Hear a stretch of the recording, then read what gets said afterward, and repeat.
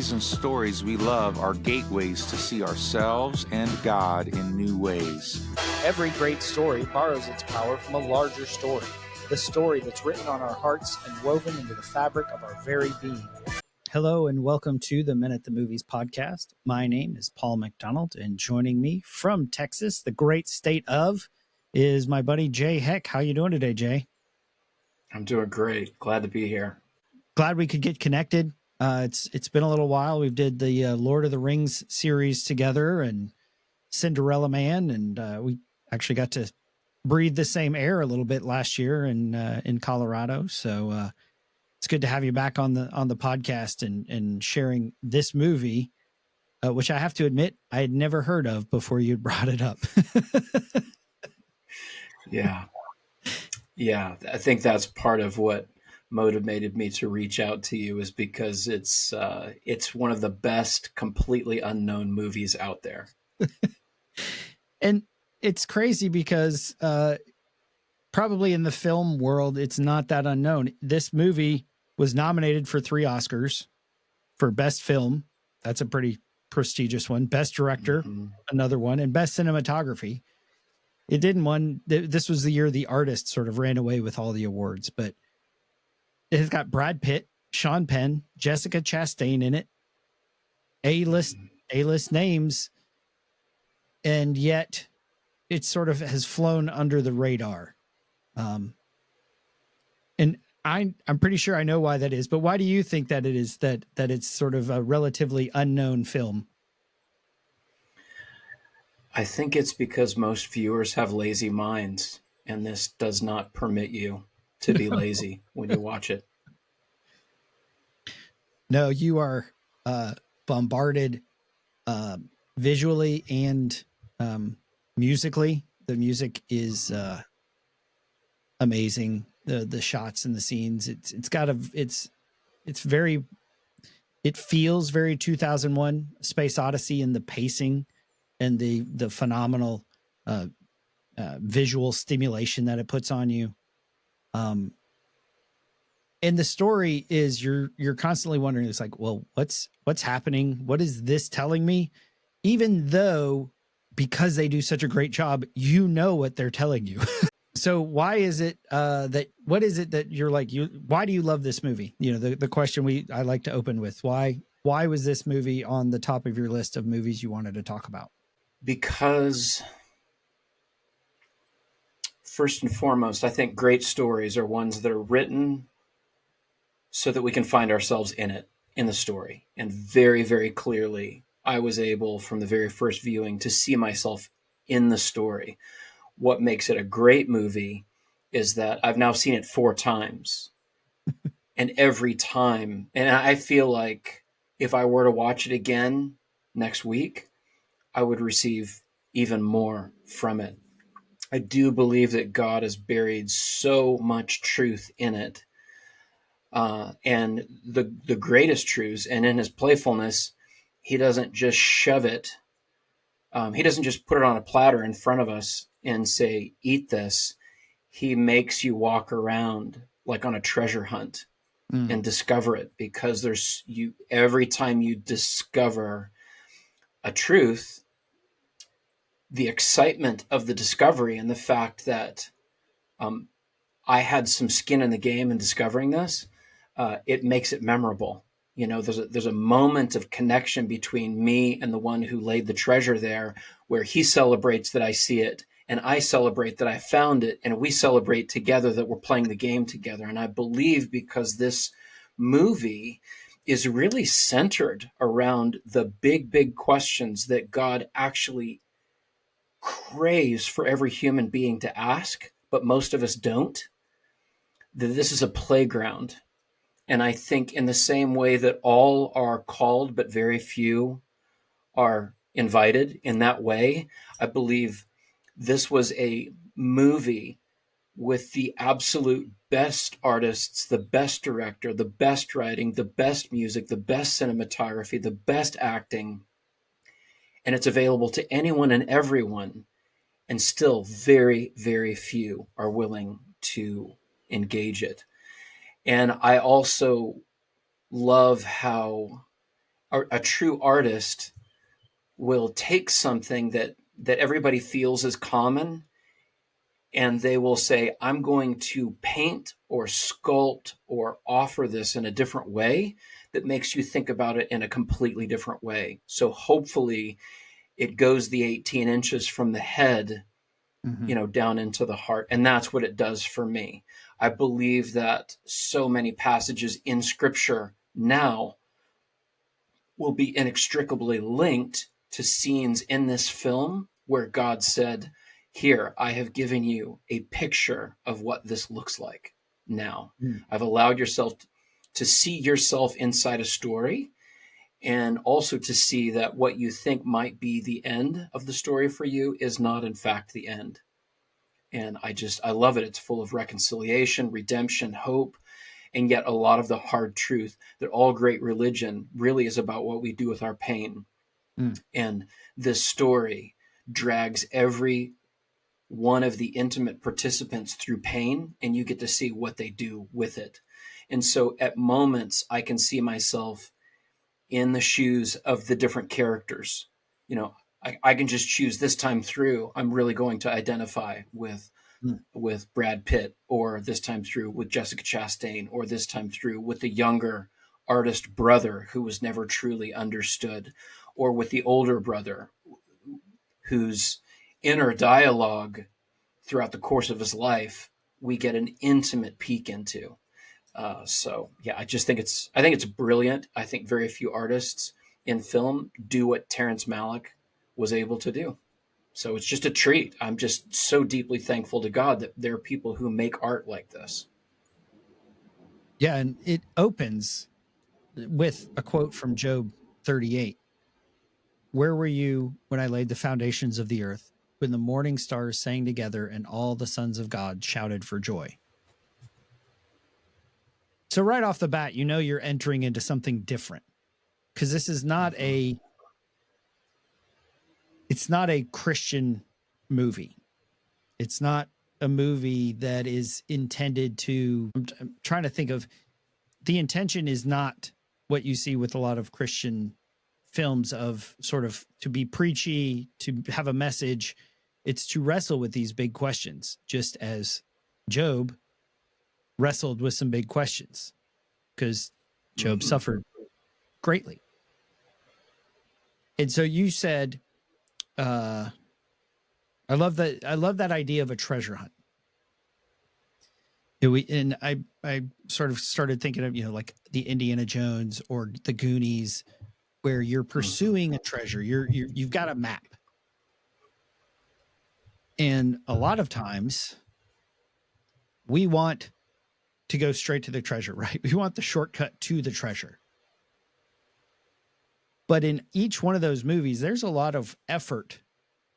There's a lot of study. There's a lot, like, especially if you look, and I just keep going back to that, the Indiana Jones idea. It's like, he couldn't have been a successful treasure hunter without an intimate knowledge of the article that he was seeking, whether it was the Holy Grail, whether it was the Ark of the Covenant. Like, he had to know a lot of details. And I think in our culture, one of the reasons, going back to why this movie maybe isn't as well known as the other movies from the other Oscar nominated movies from that year, like, this is one of those treasure hunts where you get invited in and you get to the end and you sort of say, I'm not sure what happened, but this was deep. This isn't a movie that you can say you enjoy. This isn't what I've been with my grandson. I was like, this is brain candy. Like, he watches these stupid things on YouTube. I was like, this is basically just cotton candy for your brain. This is one of those fine wines or 15-year bourbons that you're like, this is complex. This is rich.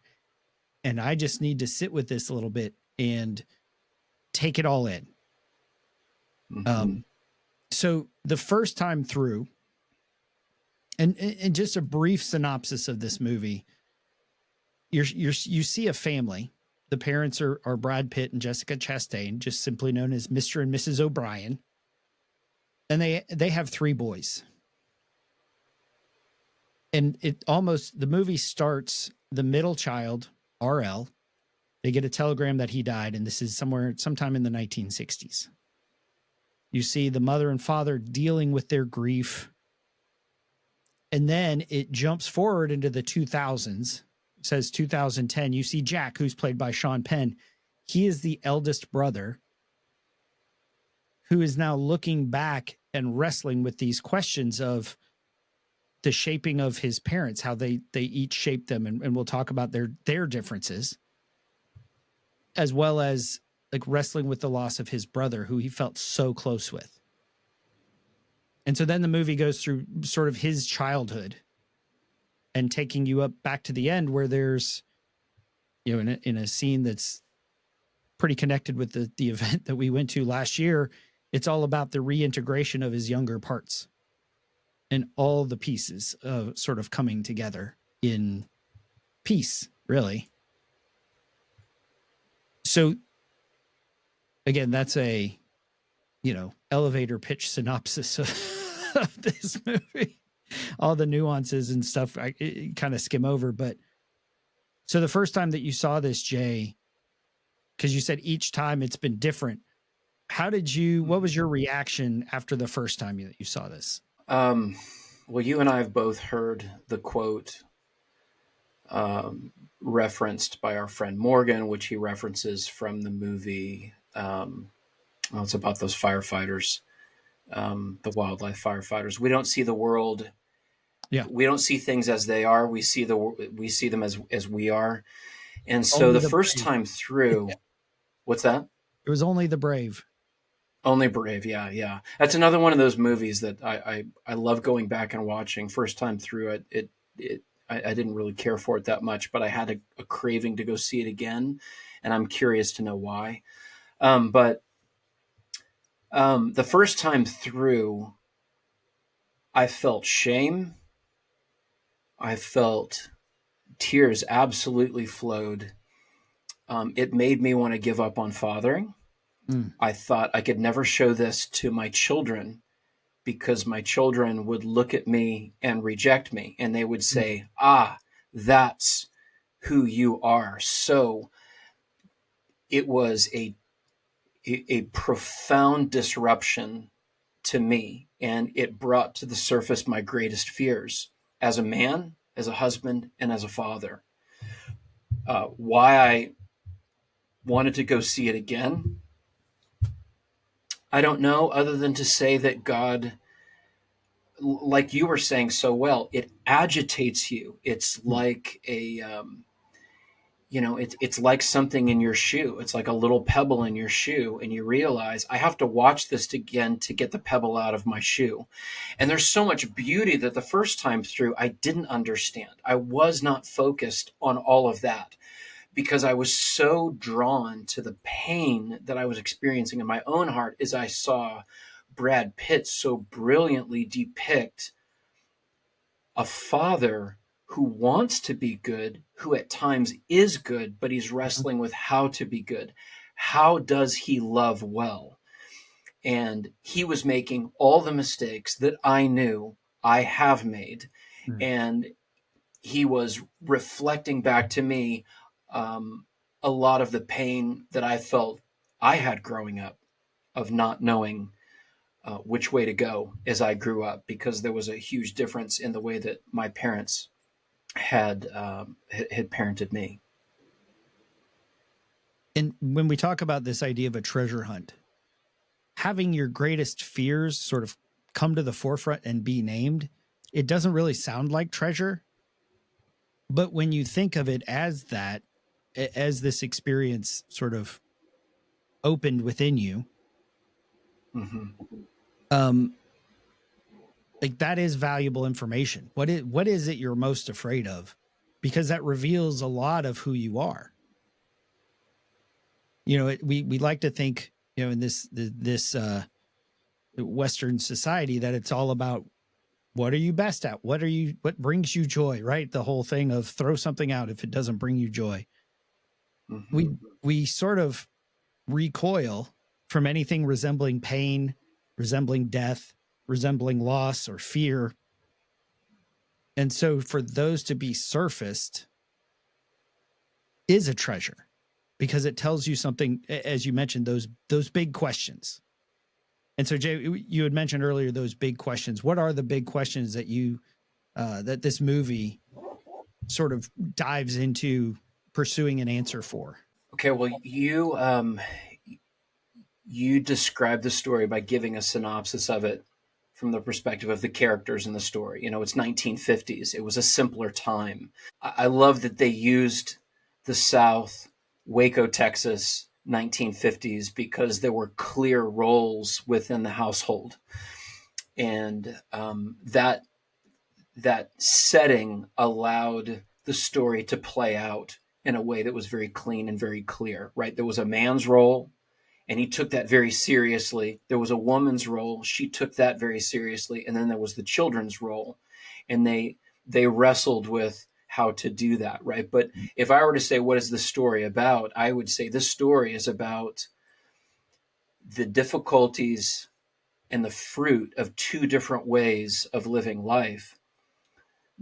The opening of the story, of the entire thing, is if you were to go into eternity past and you were to see the light flame of God before anything was created, and the mother, who is the picture of God's grace through the whole story, the picture of love. I mean, you literally, in terms of character, could not get closer to the heart of God than as you witnessed Jessica Chastain. And so she's reflecting on her childhood, where she must have maybe grown up in Catholic school. And it begins by her saying this: the nuns taught us that there are two ways through life, the way of nature and the way of grace.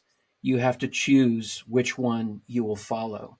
And so in very artistic ways, we get to see that choice played out over and over again. You've got the mother who has chosen to follow the way of grace, and there's pain and disruption that comes with that. And you've got the father who chooses the way of nature, and then you've got the pain associated with that. And then you've got the son, who are in the middle of that tension and that conflict, who's absolutely in love with the beauty of his mom, but his dad is actually afraid that his sons will grow up weak. The father will actually, in private, talk about his mother's naivete. She's afraid, but she trusts in the way of grace to sort all the work out. The dad is afraid, Brad Pitt, but he trusts in strength. He trusts in might.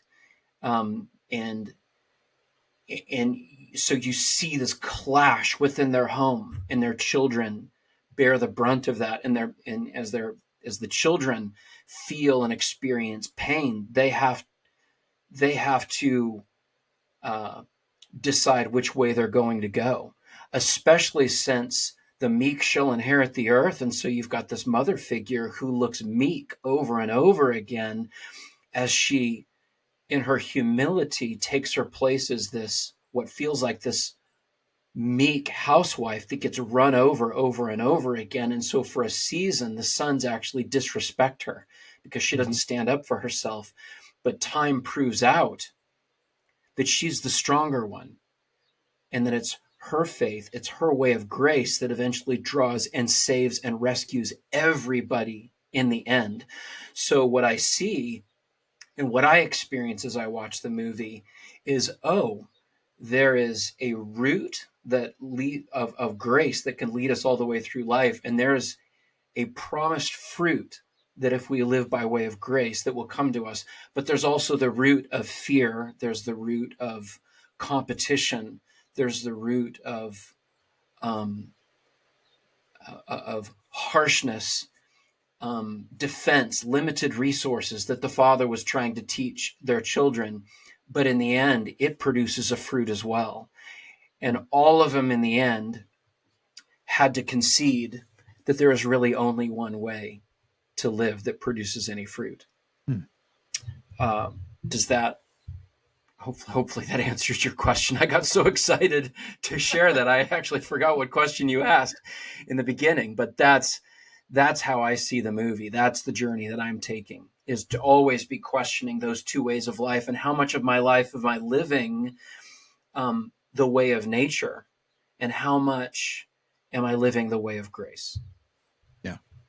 And I have that clip where she sort of expounds a little more on each one of those concepts. But I really like how you brought up the idea of the root, because I'm sure that your experience was similar as the boys of the household. Uh, Lawn care falls into our purview. Mm-hmm. So a lot of the time, interaction between father and son in this, between Mr. O'Brien and Jack, he was talking about the lawn, the weeds, and this was a recurring thing where the weeds have to be removed by the root. He kept saying, you can't just pull up the top. You have to get down into the root. So I thought it was interesting you brought that idea up. And so I do want to play that sort of the narration where she talks about the two paths, the way of nature and the way of grace, and the description of each one of these, as then they lay over the characters that we watch in the movie. Taught us there are two ways through life: the way of nature and the way of grace. You have to choose which one you'll follow. Grace doesn't try to please itself, accepts being slighted, forgotten, disliked, accepts insults and injuries. Nature only wants to please itself. Bless, O Lord, bless. Get others to please it too. Loving and faithful service. Likes to lord it over them. Bless these boys. To have its own way. It finds reasons to be unhappy when all the world is shining around it. And love is smiling through all things. So when you listen to the quote and the different paths that these characters will follow through the depiction of their children's upbringing, what was it that you said brought the shame? As you said, you resonated, you connected with the idea of Brad Pitt's character of the father, the way of nature, and there was a scene later where he was talking about a musician who recorded something like 60 times, and at the end of recording it, he said, "Well, it could always be better." Like, again, that's the nature. The idea of nature is it can always be better. It's never good enough. And so what was it specifically that you really that you said the phrase you used was illuminated the shame and brought the tears, and like you said, you didn't even want to show it to your kids? Well, in my own story, when my son was 12 years old, I knew that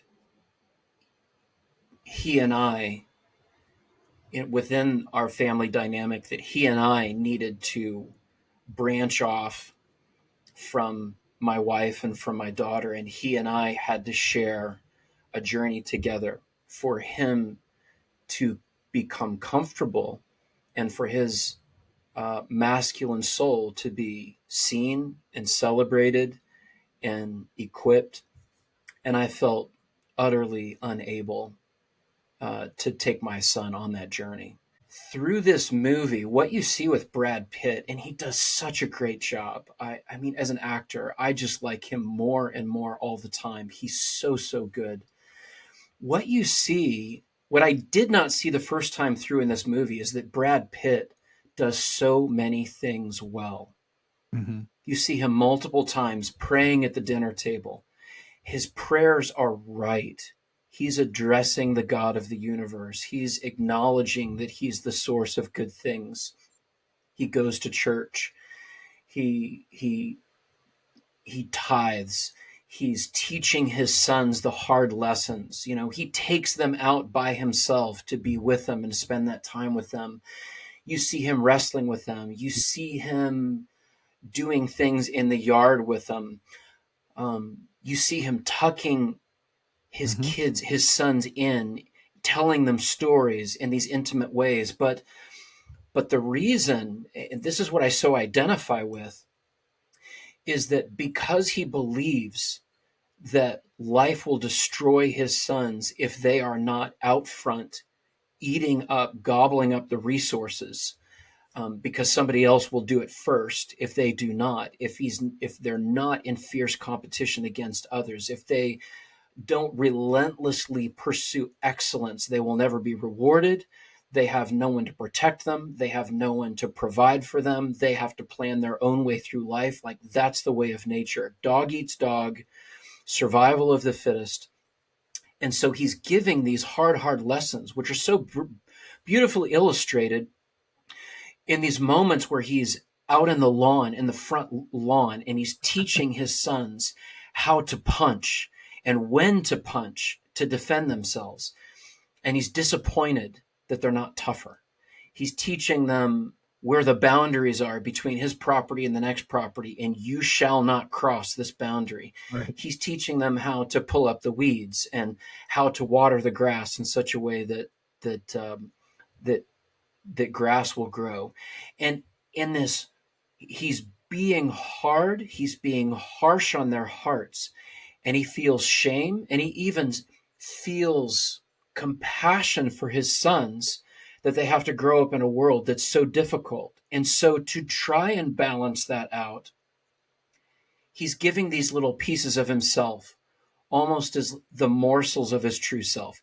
That's why he's tucking them in, is because he's trying to balance out the harshness, right? So he feels shame for the way that he treats them. And then in his shame, it's almost like with his head between his legs, he comes and offers these little morsels of his heart to his kids, but he never offers like his true vulnerable self, not until later in the film when he's really profoundly broken. So I identified very much with only being able to offer to my children out of the scraps.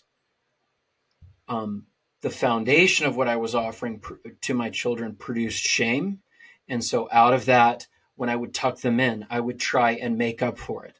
When I would play with them in the yard or wrestle with them or, give them a bath or take them somewhere, I was always trying to make up for the hard lessons. And boy, did I resonate with that. You've got a dad who never likes what he has, never thinks that what he has to offer is good enough, no matter what he's doing. And I just identify so much with feeling that I will be the source of my children's failure, ultimately. Wow. And that's what Brad wrestles with so brilliantly. So much so that he even has to protect them from their mother and her way of believing things.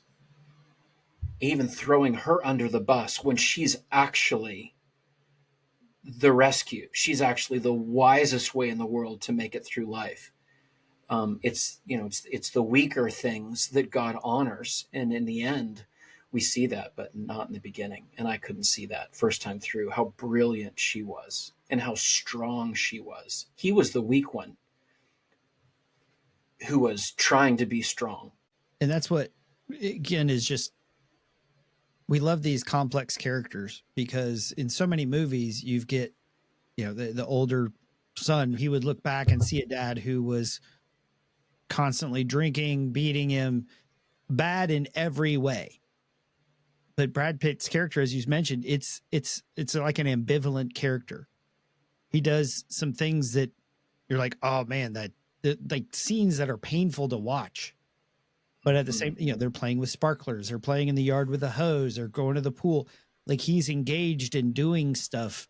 So he's, as all of us, have moments that we are appreciate and thankful for, and moments that we regret and wish we could take back. And that idea, the idea of nature. In nature, you're either prey or a predator.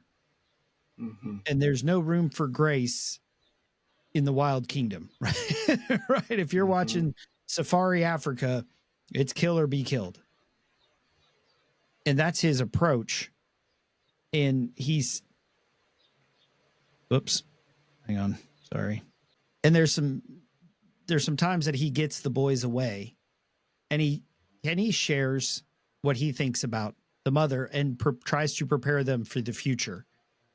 And so I want to play that, it's sort of two clips spliced together. But this idea, you've got nature on the one side. And again, if you start to spiritualize it, we have a nature. We are born with a sin nature. We have a certain way that we're bent to do things, where we're trying to grow. We're trying to do it on our own, in our own strength. And the way of grace, as you mentioned, looks foolish. It looks weak. And I'm just reading N.T. Wright's exposition on the New Testament. And today I was reading about the Pharisees versus Jesus. It's like they both saw the coming kingdom, but the problem was the Pharisees had a very different view of how it would happen. Like they said, the kingdom's going to come. Israel's going to be restored by maintaining the laws in our own strength and by the way of nature. Right. And so Jesus came and said, no, it's by the way of grace, which is I think it's in 1 Corinthians where it says God uses the foolishness of this world will be wise, or it's something like that. So here's that clip of what he's saying, the nature's view and reaction towards the idea of grace. Your mother's naive. It takes fierce will to get ahead in this world. He built something big. Now you think he's the fourth person of the Holy Trinity. They never talk about their money. Wrong people go hungry, die. Wrong people get loved. The world lives by trickery. You want to succeed, you can't be too good. So that mindset that he has, that he's trying to instill in his boys to prepare them, for life without him, so that they can be men in their own rights, in their own strength, basically. I love that last line of, if you want to be successful, if you want to get ahead, you can't be too good. And so what does that say to you? What is that little clip, those statements as he's passing on his fatherly advice down to his boys? What does that say to you, Jay? Well, he's right. When God's not in the story.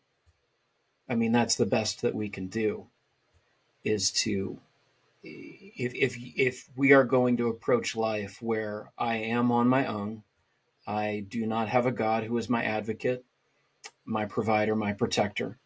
If there is not a plan that somebody else has that I can be led into, well, then it is completely up to me. And so what you see is a father who's very calm, very collective, and he's hiding his fear. He is parenting 100% out of fear. And, you take this scripture here and you investigate just a cursory look at scripture, you'll see that the single most frequently repeated command in all of scriptures, do not fear. So God is very aware and very compassionate with the human soul that he created, to know that we will fear those three things. I'm afraid that I have no one to be my advocate. It's all up to me. I have to figure my own way out. There's no one to protect me. And so we do really, really stupid things in competition, and we live the way that the world does. And as a result, we have wars and we hurt one another, and we steal, just for a moment's pleasure. And that's why the world is the way that it is because of the way of nature. But he's a good dad. What makes it so complex is that, he tithes every Sunday, and he does pray, and he plays the organ at church. Not only that, he plays it beautifully, and he pours his heart into it. He is a master musician. He is an artist, right? So you can see all of the goodness of God in him, but it is utterly squashed by fear. As if you take this brilliant character and this incredible man that God had created, and you stick him in a cookie jar, and you put the lid on top very, very tight. And so he's this brilliant, beautiful man that you can tell, like, there's a reason that this woman of grace fell in love with him. But as the pressure rises and responsibilities rise, like it does with all men, what's really going on the surface and our inner strategies, they can't stay inside. They get revealed, right? So a man who probably was very lighthearted and easygoing when they first got married, once kids start coming along, and you see he's a brilliant father when he's young. It's when the boys, there's this moment in the film where the boys are outside playing and their innocence has not yet been lost. And the mom's out on the front porch and, she's got her hands on her hips and she's got her apron on. She's finished cooking and there's this beautiful home and she's calling them in and she's joking with them. They're hiding behind a tree, when mom's calling, and the dad is looking at the paper and he's not outside with them in that moment. He's listening and he's hearing the laughter, and you can see that a switch goes on in his mind. It's time I start being the heavy in this story. It's time that I start teaching them the way to live. And after that moment, that's when all of his harshness, his hardness, his lessons begin coming. And you see this distance growing between him and his boys. And his shame begins to escalate. And the shame in the boys begins to escalate as well. And that's when you begin seeing all this tension at the dinner table, which you see 3 different dinner table scenes, all of which get progressively worse as time goes on. Right. As he lives out and begins to experience the fruit of this philosophy that he's teaching his kids that you just captured in those, those clips. Yeah, it's interesting. One of those, he asked Jack, "Hey, bring my lighter to me," and it's like 5 feet from him, and he brings it over. He's like, "No, come give me a kiss." And then he asked, "Do you love your father?" And then it's interesting later, he gets mad at Jack because he's like, "You don't call me dad, you call me father." Like this idea of keeping them at arm's distance, while inwardly he still craves their love, their relationship. Like it's almost like he knows that his behavior is pushing them away, but he doesn't know how to do anything different. That's the scene that cracked me, is where he's reading the paper and he wants to get his pipe and he wants to connect with his son. So he's demanding his son do something to show submission to his father, because that's the way the world works, is you have to show authority, proper respect. But he's demanding that the son validate him. And that when he asks the question, "Do you love your father?" That is the question that I at times want to force my children to answer. But what I know is that if I demand an answer from them, I can't trust that it's from the heart. It was that moment, Paul. I really appreciate you bringing that scene up. That's the one that absolutely broke me. Why? Like what was encapsulated in that scene that cracked through your heart as a father? I just can't recall a moment where the tension between fear and love coexists so much. I mean, you said it better than I can. He desperately he deeply loves his sons. He just doesn't know how to prepare them for the world. Right. He does not know how to do it. And so you see him putting himself in the home, in the place of God. Serve me, do this thing, when I say it, how I say it. In that moment in the yard, he says, "Do not call me dad. You will address me as father." It's like a demanding of respect. And so he's caught in that, thinking that that's going to solve the problem. It's going to put his kids on the straight and narrow. But what the kids crave and what he craves is intimacy. And all that fear is getting in the way. I mean, Jesus came to reveal to us the way to the Father. It's through his vulnerability, right? I mean, the truth about the Father. Jesus says, I'm come to reveal to you what he's truly, truly like. You've got this idea of what he's like not Sean Penn, like Brad Pitt reveals himself to be in the story, right? That's how most of us view God. When he's, through Jesus, he said, that's not what I'm like. I'm actually more like the mother, full of grace, full of love, full of truth. And you want to know the way through life? Follow your mom's path, not the dad's path. So thank God Jesus came and he says, hey, if you've seen me, you've seen the Father. If you've seen how I deal lovingly with people, how I open myself up, you've seen the Father. What a rescue that is. But I saw myself in the living room in that scene many times in my life, getting my kids to obey me because I thought that's what they needed. They needed to learn respect in anticipation that they would be serving bosses that would demand that of them, and that they would be overlooked or that they would be discarded if they did not learn proper respect for people. Yeah, and it's interesting the boy's response, young Jack's response when his dad says, "Don't call me dad, you call me father." You see this tension as he's working things out in his head. He's like, "It's your house. You can kick me out whenever you want. You probably just like to kill me." And for a young man, and it doesn't say how old he is. He's probably early teens, maybe 12. Mm-hmm. Certainly not older than 15, I would think. But that, like, and again, going back to that is how we experience the Father. We're waiting for that shoe to drop.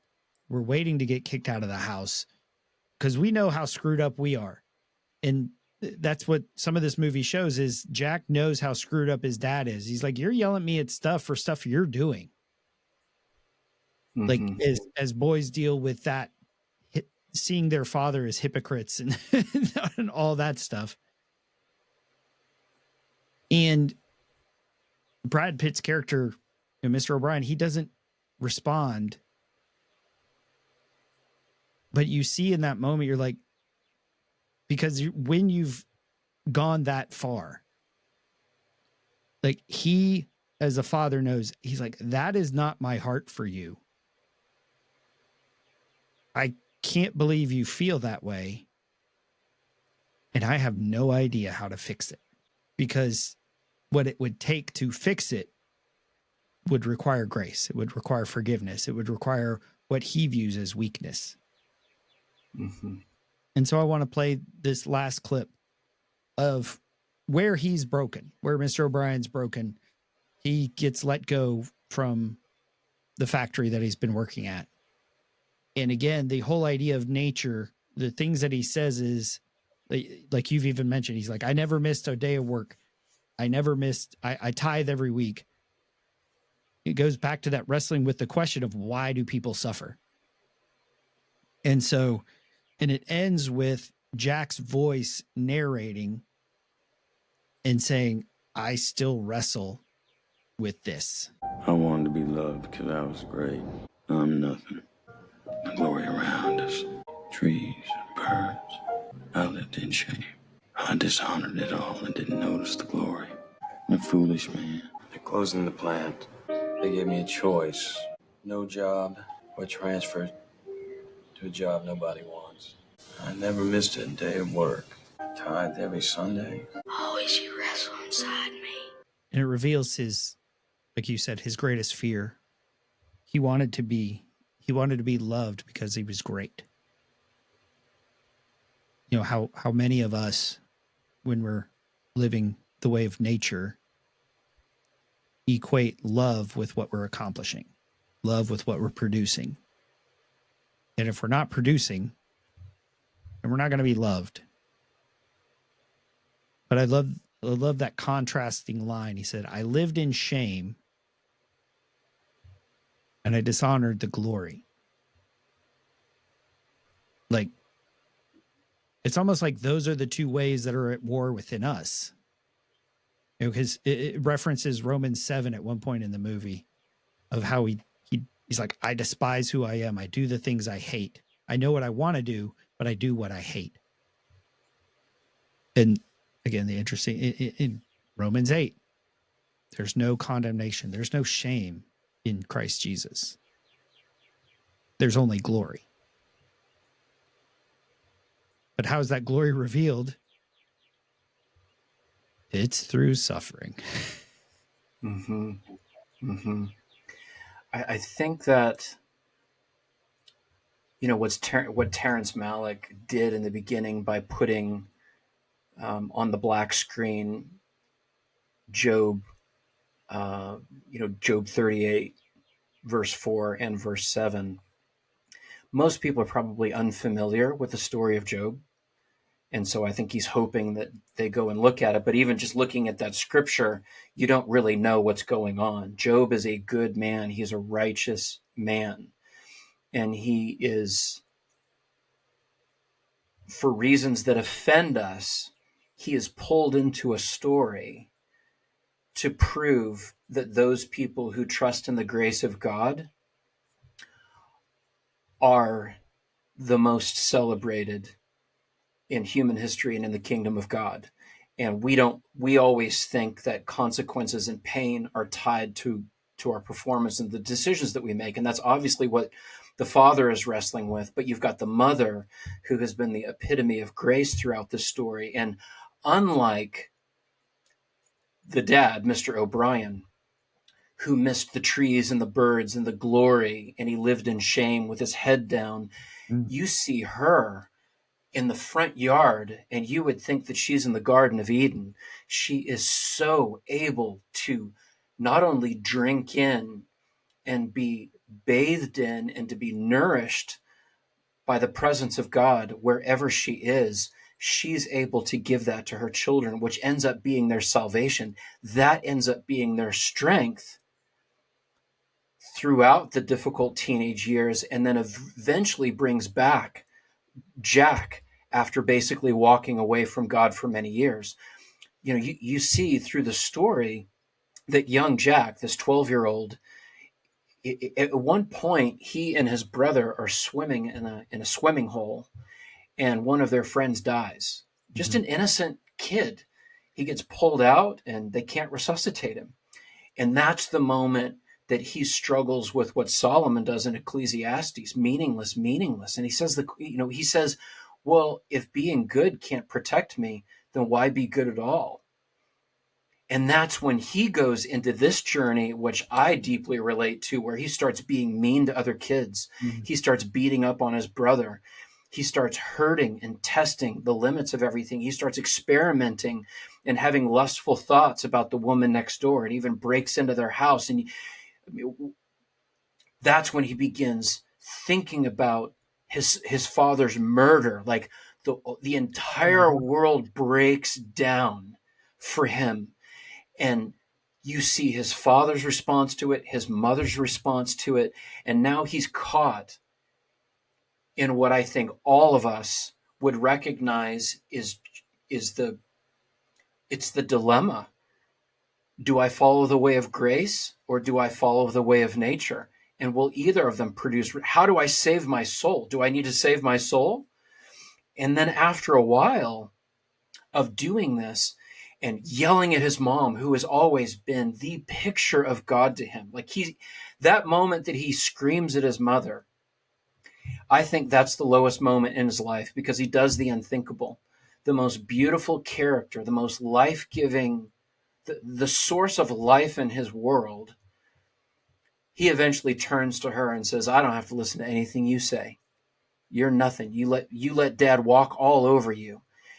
And that's another source of incredible shame, because what have my kids thought when I've walked over my wife, But she describes the way of grace as one who just takes the blows and does not yell back. She doesn't say anything, and you think that's weakness, that she doesn't fight back, that she doesn't validate her response, but she doesn't. She just lets God take care of it, and And eventually he comes back to see her as the strong one in the whole thing.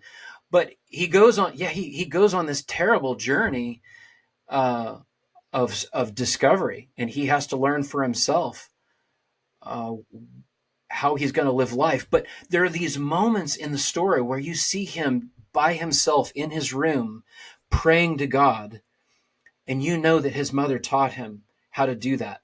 You know that in these moments where he's doing these mischievous things on his own, his mother's voice is inside his head, and she's taught him to pray, and he's having a conversation with God. And later on, he's like, God, where did I first meet you? What are you really like? Where do you live? These are the huge questions that we're all asking. At one point in it all, well, these are the big questions. What matters? Is God there? What's he like? Does he see me? Why does he allow bad things to happen? Why does he not fix things that are broken? Is it even worth it to be good? How can I protect myself from pain? Like, these are the big questions, and every single one of them are spoken at some point, either verbally or in the mind of one of these three characters as they experience pain. And that's why it's such a rich invitation for a viewer to go through it and to be young again and to ask those questions which we have just simply buried inside. Just like a treasure. Yes. Yeah. And because those questions are questions that no one can answer for you. It's like they are buried. I love that you use the word buried. And we go back to that idea of a treasure hunt. Because just like this movie, and this movie reveals things slowly. Mm-hmm. Like basically this movie, she's struggling with her grief and she's asking God where he is. And it goes back all the way to creation. And it sweeps through, starts with their, and even for the, when their relationship between Mr. and Mrs. O'Brien began, their courtship. And in that way, their story is being revealed, just like our story is being revealed. But you've got to be willing to go through and sit. As you could hear the music from these clips, it is a very slow pace. But we have to slow down in order to find answers for those questions. And those questions are not ones we want to sit with, which is why we constantly live at a high-paced world. That's why we live sort of, it's easier to follow the way of nature, because the way of grace is slower, it looks weaker, and it embraces the pain. It doesn't try to deny it. It doesn't try to reject it. You know, she experienced all the pain as you sort of laid out. And so for her, her greatest pain was the loss of her son. And even by the end of the movie, she's willing to say, I give him to you. It's like, I'm not even, again, going back to Job, I don't need to defend myself in this as much as it hurts, as much as I want to. I'm going to let you be my advocate. You be the determiner. And what I wrote down in when they were looking at it is like, in the grandeur of creation, in the shots that it was taking from the solar system all the way down to the cells, who are we? Like these infinitesimal beings in the big scheme of things. And yet, the one who created it all became one of us in order to suffer and go through pain, so that we no longer have to fight the laws and the way of nature, but we can live by the way of grace. I mean, in the end, it's the Lord giveth and the Lord taketh away. Blessed be the name of the Lord. And she's able to say that. Mm-hmm. You know, that's the big journey that she's on, is to wrestle with.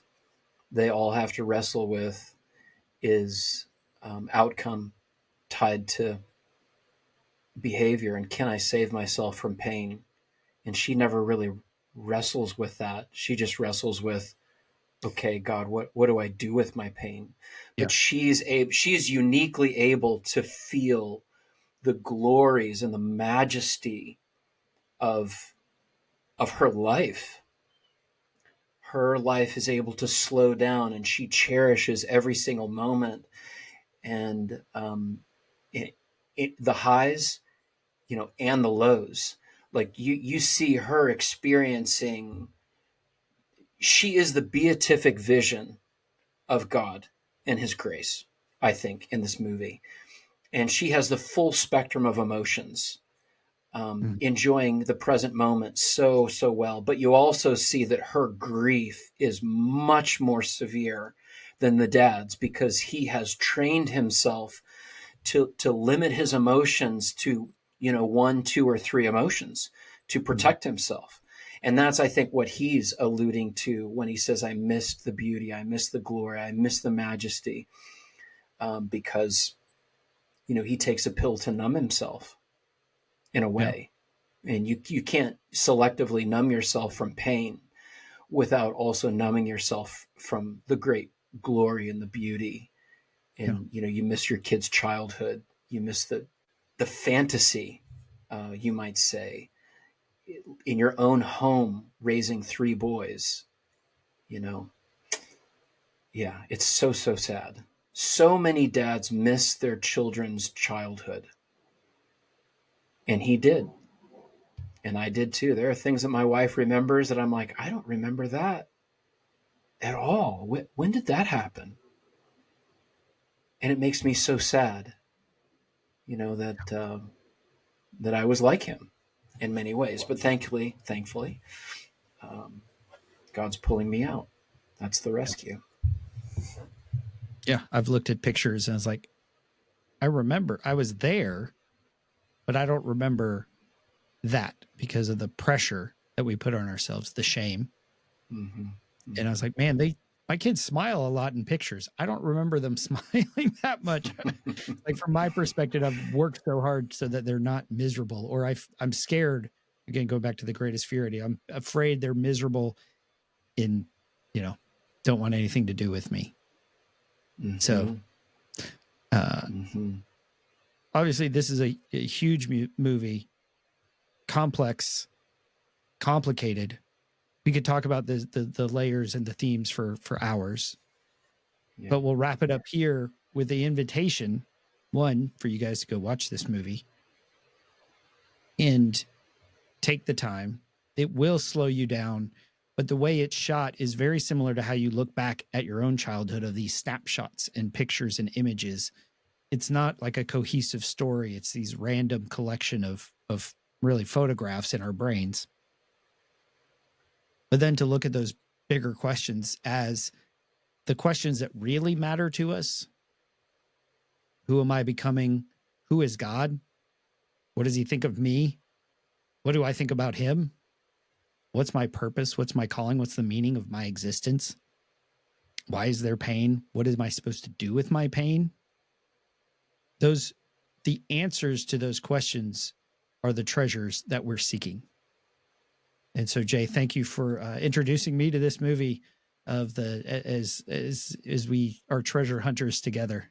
It's a joy. I love the opportunity to invite other men to come and watch this, and I would beg you to watch it more than once, and give yourself a couple months between viewings, and just be observant, and just know that God is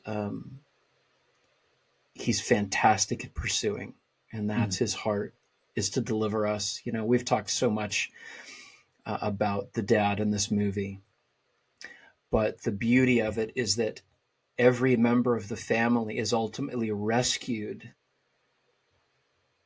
by the discovery of grace in their own way. And the mother, who is in essence the Christ figure in the story, the way that she lives, no one else, but Christ could strengthen somebody to do it in that way. They all get saved by her grace. She ends up being the one, that leads them all to the truth and into eternity and into joy and reconciliation and all that stuff. So yeah, watch it a couple times.